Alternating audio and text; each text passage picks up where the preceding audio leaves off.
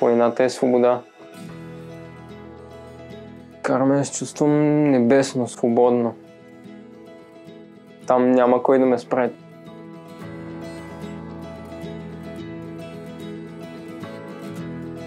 Ники беше от по-тихите. Всъщност аз му бях учител, когато беше 6-7 клас. Той не изпъкваше на преден план. Като цяло Ники никога не е бил от хората, които много силно вдигат ръка или пък искат непрекъснато да се показват и да се изявяват. Всъщност той през цялото време все едно просто искаше нещо да се случва покрай него, но някакси отивайки там, всъщност в училището нямаше, да кажем, туристически клуб. Колежката ми Иванка Лекова, тя беше по български език и литература и тя основа такъв туристически клуб за децата. Ники беше първи. Ники винаги искаше да ходи по планините. Още ако има преход, так му свършва прехода и питаше кога пак ще има преход. Преди 2 години и половина с колега от Заедно в час, който преподава в Самоков, трябваше да реализираме заради програмата Заедно в час летен проект. Идентифицирахме, че най-ключово за нашите ученици на този етап е да имат лятно приключение в планината, защото аз преподавах на 127 деца тогава и само 2 бяха ходили на планина. Работила съм с Елена, знам, че лагерите са страхотни. Аз самата съм била доброволка в нейн лагер. Обадих се на Ники и му казах: Ники, има един лагер. Искаш ли стипендия, пълна стипендия, просто попълни този формуляр. Дойде при нас и още от първия ден на лагера, така, може би беше най-ентусиазиран изобщо да бъде там. След време вече имах няколко прехода, аз ходих, очевидно ме харесаха и просто ми казаха, че съм подходящ за доброволец. Помагам с всичко, каквото мога, с преходи, като имаме някакво събитие с дейности, също доста помагам. Чувствам се някак си важен за това нещо да го правя.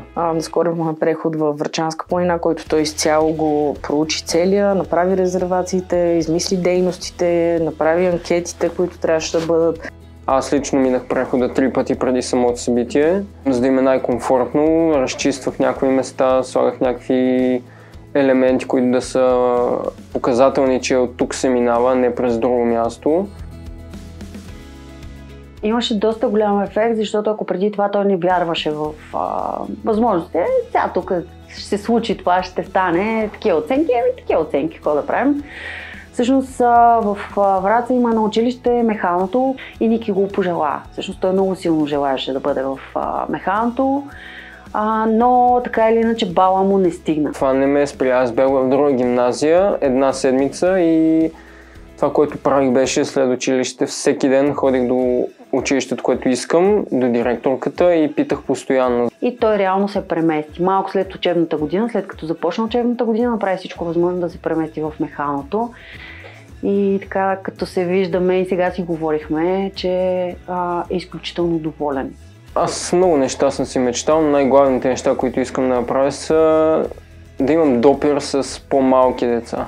Още от малки да успявам по един или друг начин да им обяснявам защо е хубаво да се ходи най-вече в планината. За момент съм спрял на учител по физическо, понеже мисля да ходя да уча алпинизъм и туризъм.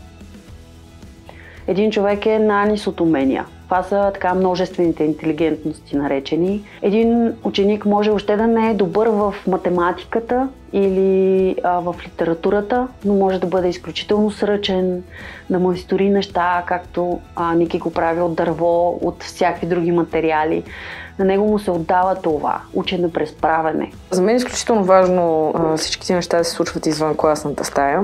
Просто те виждат естествено смисъла от това да полагат усилия, от това да учат неща, от това да развиват уменията, от това да развиват себе си по един или друг начин. И достъпът до възможности, според мен, показва на Ники, че той може да прави каквото пожелае.